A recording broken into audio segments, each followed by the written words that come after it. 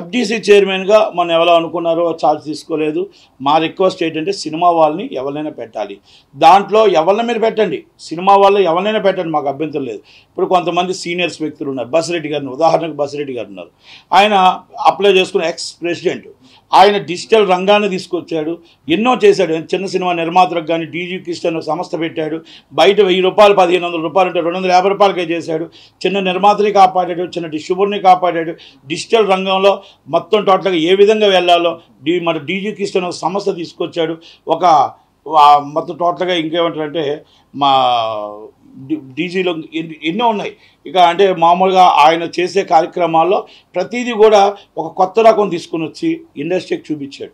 అలాంటి వ్యక్తి మాకు ప్రెసిడెంట్గా 1 year ఉన్నాడు, కానీ ఆయన కూడా అప్లై చేసుకున్నానని తెలిసింది మాకు కూడా. అలాగే ఆయన కూడా ఆయన పెట్టుకోవచ్చు, లేకపోతే మేబీ ఇంకెవరికైనా ఇచ్చుకోవచ్చు, కానీ తెలిసిన వాళ్ళకి ఇస్తే మంచిది అనేది ఒకటి.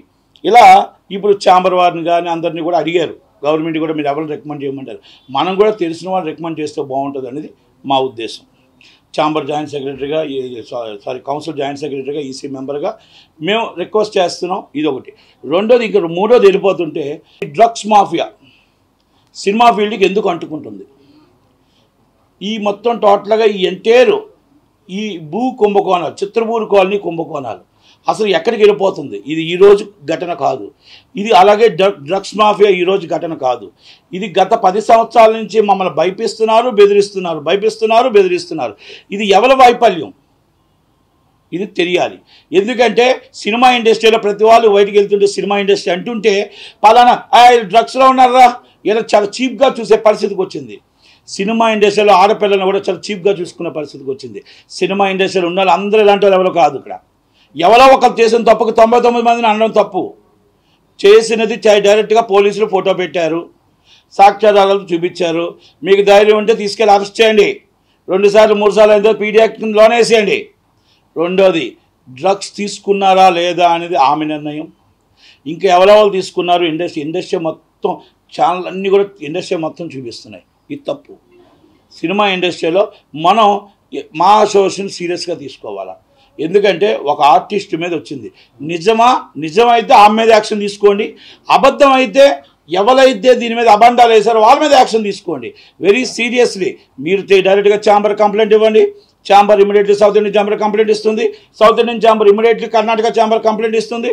ఎవరు ఆ పోలీసుని క్రియేట్ చేశారు, ఎవరు కృష్ణవేణి, ఎవరు యామ, తప్పు జరిగింది మా ఇండస్ట్రీ, తెలుగు ఇండస్ట్రీని ఎందుకు అబాండాలు వేశారు, ఇమ్మీడియట్లీ మొత్తం టోటల్ జాయింట్ మీటింగ్ పెట్టి వాళ్ళ మీద యాక్షన్ తీసుకుందాం. ఒకవేళ లేదు ఇది పోలీసు వాళ్ళు చెప్పింది నిజమైతే ఇమ్మీడియట్లీ యాక్షన్ తీసుకోండి యామ గారి మీద. నేను రెండే అడుగుతున్నా, తప్పు చేస్తే మన మనిషిని కాపాడుకుందాం, ఒప్పు చేస్తే ఇమ్మీడియట్లీ రిమూవ్ చేద్దాం. ఎందుకంటే మనం సురేష్ కొండేటి అన్న ఆయన వ్యక్తిగతంగా ఏదో ఒక ఈవెంట్ చేసుకుంటున్నాడు, ఒక చిన్న పొరపాటు జరిగిందో ఏం జరిగిందో మేబీ పొరపాటు జరిగిందండొచ్చు, మన రాష్ట్ర పరువు పోతుందని అవతల గవర్నమెంట్ మినిస్టర్ ఫోన్ చేశారని ఇమ్మీడియట్లీ రిమూవ్ చేసాం అన్నింటిలో నుంచి. అంటే తప్పు జరిగింది కదా, మన రాష్ట్ర పరువు తీసుకొచ్చి ఇంకొకటి పెట్టారని. మరి కర్ణాటక గవర్నమెంట్ దగ్గర మన పరువు తీసి రోడ్డు మీద పెట్టలేదా? సేమ్ గోవా, ఇది కర్ణాటక, ఇది మన అక్కడ పరువు పోయినట్టు మనకి ఇక్కడ పరువు పోయినట్టు కాదా? ఇంకా అక్కడ ఆయన వ్యక్తిగత విషయం, ఇక్కడ ఇది డ్రగ్స్ అంటే మన చట్టానికి విరుద్ధం, అలాగే మన మొత్తం ఇండస్ట్రీకి అసలు చాలా అవమానకర విషయం. మరి ఇలాంటి విషయాల్లో మనం ఏం యాక్షన్ తీసుకుంటాం? విష్ణు గారు, శివబాలాజీ గారు, శివాజీ రాజా గారు, నరేష్ గారు, దయచేసి వెరీ సీరియస్లీ మన పరువు, ఆంధ్రప్రదేశ్ పరువు తీసుకుని వెళ్ళి, మన తెలంగాణ పరువు తీసుకుని వెళ్ళి కర్ణాటక పోలీసుల దగ్గర అది తప్పు అని వాళ్ళ దగ్గర నిరూపిస్తే ఇమ్మీడియట్లీ మనం యాక్షన్ తీసుకుందాం. మన మెంబర్కి మనం సపోర్ట్ చేద్దాం. తప్పు కాదు అనుకుంటే మన మెంబర్ని ఇమ్మీడియట్లీ యాక్షన్ తీసుకుందాం. రెండిట్లో ఏదో ఒకటి తేల్చాలి. ఎందుకంటే మనం ఒక వ్యక్తికి చెప్పేటప్పుడు ఆ వ్యక్తికి ఎంత న్యాయం ఉందో ఇక్కడ కూడా న్యాయం అలాగే ఉండాలి. ఇంకొకటి, ఇది డ్రగ్స్లో ఎవరెవరు పట్టుకున్నారా, ఎవరెవరు ఉన్నారని పోలీసులు నిగ్గు తేలుస్తున్నారు. దాంట్లో మేము పెద్దగా వెళ్ళాల్సిన అవసరం లేదు. వాళ్ళ ఇన్వెస్టిగేషన్లో ఎవరు తప్పు ఎవరిదని తెలిస్తే 100% మా అసోసియేషన్ అయితే మా అసోసియేషన్, ఛాంబర్ అయితే ఛాంబర్, కౌన్సిల్ అయితే కౌన్సిల్, ఎవరైనా ఉంటే తీసుకుంటారు. డబ్బులు ఎక్కువైపోయి ఆయన బర్త్డే చేసుకుంటున్నాడు. దాంట్లో ఉన్న వాళ్ళందరూ ఇక్కడి నుంచి కొంతమంది వెళ్ళడం జరిగింది. దాంట్లో రేవు పార్టీ అని చెప్పారు, రాత్రి 3 గంటలకు దొరికారు. అది దొరికిన దాంట్లో హంగామా చేస్తున్నారు, ఒకరు చిల్లయ్యని అంటున్నారు, ఒకరు బిర్యానీ వండని అంటున్నారు, ఏదేదో చేశాను అంటున్నారు. ఇవన్నీ మనం పక్కన పెట్టేద్దాం. తప్పును నిరూపించుకొని ఇన్వెస్టిగేషన్ చేయాల్సిన బాధ్యత కర్ణాటక పోలీసుల మీద ఉంది. దాన్ని మనం టోటల్గా ఎంక్వైరీ చేసుకొని మన మెంబర్స్ని మనం కాపాడుకోవడమా, మెంబర్స్ వల్ల ఇలా వల్ల సినిమా ఇండస్ట్రీకి అవమానం వస్తుంది కాబట్టి, సినిమా ఇండస్ట్రీకి ఇబ్బంది వస్తుంది కాబట్టి మనం ఏ యాక్షన్ తీసుకోవాలనేది అండ్ సీరియస్లీ యాక్షన్ అయితే తీసుకోవాల్సిన అవసరం ఉంది. ఇది నేను విష్ణు గారికి రిక్వెస్ట్ చేస్తున్నా, ఛాంబర్ ప్రెసిడెంట్ గారికి రిక్వెస్ట్ చేస్తున్నా. అలాగే సినిమా ఇండస్ట్రీని మనం కర్ణాటకలో మన పరువు తీసిన వ్యక్తుల మీద వెరీ సీరియస్ యాక్షన్ తీసుకోవాలా. ఎందుకంటే గోవాలో చిన్న పొరపాటు జరిగిందని మన ఆయన మీద తీసుకున్నప్పుడు, సురేష్ కొండెట్టి గారి మీద తీసుకున్నప్పుడు ఇది కూడా వర్తిస్తుంది కదా అనేది ఒక్కసారి ఆలోచించుకోవాలనేది ఈ ప్రెస్ మీట్ నేను పెట్టడం జరిగింది. అలాగే చిత్రపూర్ కాలనీలో ఎంతో కుంభకోణాలు జరుగుతున్నాయి. కార్మికులకు రావాల్సిన 69 ఎకరాలు కొంతమందికి రిజిస్ట్రేషన్ అక్రమ రిజిస్ట్రేషన్లు అయిపోయి, కొంతమందికి అక్రమంగా అమ్ముడిపోయారు, కొంతమందికి బయట వాళ్ళు వచ్చి ఎమ్మెల్యేలకు ఉన్నాయి, అక్కడ ఎంపీలకు ఉన్నాయి, పోలీసు వాళ్ళకు ఉన్నాయి, వాళ్ళని సినిమా ఆర్టిస్టులా, మినిస్టర్లకు ఉన్నాయి, గత మినిస్టర్లు, సారీ ఈ మినిస్టర్లు కాదు, వాళ్ళ గత మినిస్టర్లు, గత ఎమ్మెల్యేస్, ఈ ఎమ్మెల్యేస్ కాదు, ఇంక 6 నెలలు అయింది, ఇంకా దాన్ని చూడలేదు, పూర్తిగా చూడలేదు. కనుక వీళ్ళందరి మీద ఎందుకు మీరు యాక్షన్ తీసుకోవట్లేదు?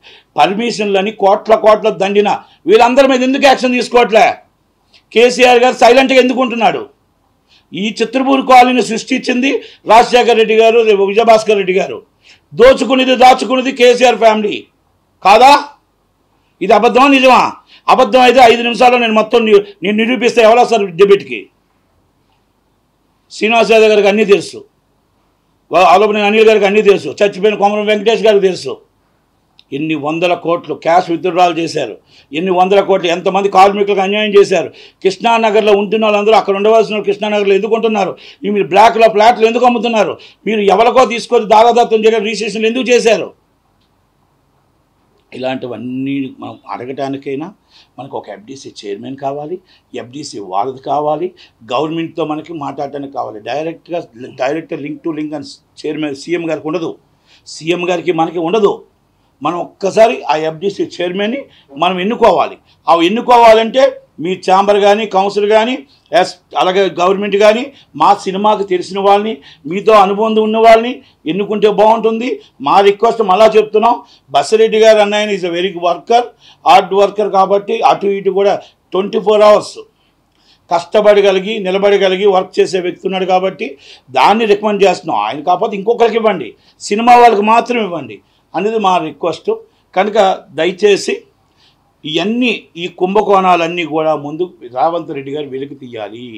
వీళ్ళు ఇమ్మీడియట్లీ ఎవరు ఈ కుంభకోణాలు చేశారు అందుకే తప్ప వాళ్ళని మీరు జాయిన్ చేసేసుకొని మళ్ళీ మీరు వాళ్ళని తీసుకొచ్చి మనవలే అనుకుంటే ఇక దీనికి అంతం ఎక్కడ ఉంటుందో తెలియదు. దయచేసి వీరి మీద సీరియస్ యాక్షన్ తీసుకోవాలి.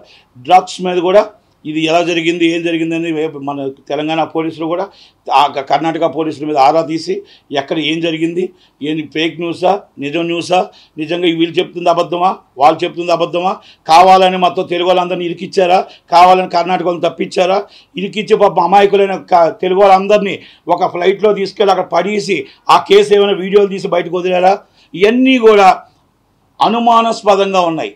అంటే వాళ్ళు చెప్తున్న బట్టి నేను చెప్తున్నాను, నాకేం తెలియదు. హేమ గారు చెప్తుంది నాకు అన్యాయం, నేను హైదరాబాద్లో ఉంటుండగా నన్ను ఎలాగ సృష్టిస్తారు అని అడుగుతుంది. అంటే మరి ఇవన్నీ కూడా కృష్ణవేణిగా అక్కడ పేరుంది అంటున్నారు, ఇక్కడ హేమగా పేరుంది అంటున్నారు. మరి ఇవన్నీ కూడా ఎలాగొచ్చాయి? ఎంక్వైరీ కంపల్సరీ ఎంక్వైరీ చేయాలి, ఎంక్వైరీ వేయాలి, సీరియస్ యాక్షన్ తీసుకోవాలి. అండ్ మా అసోసియేషన్ వెరీ సీరియస్లీ యాక్షన్ తీసుకోవాలి. లేకపోతే రేపు వచ్చే ప్రతి ఆర్టిస్ట్ మీద మనం రేపు చాలా చీప్గా చూస్తారు ప్రతి ఒక్కరు కూడా. ప్రజలే దేవుళ్ళు, మనకు టికెట్ ఇచ్చి మనం చూస్తున్న వాళ్ళందరూ అసహించుకోకుండా మన ఇండస్ట్రీ బాగుండాలి అంటే మనం సీరియస్గా యాక్షన్ తీసుకోవాలన్నది నా విన్నపం, నా రిక్వెస్ట్.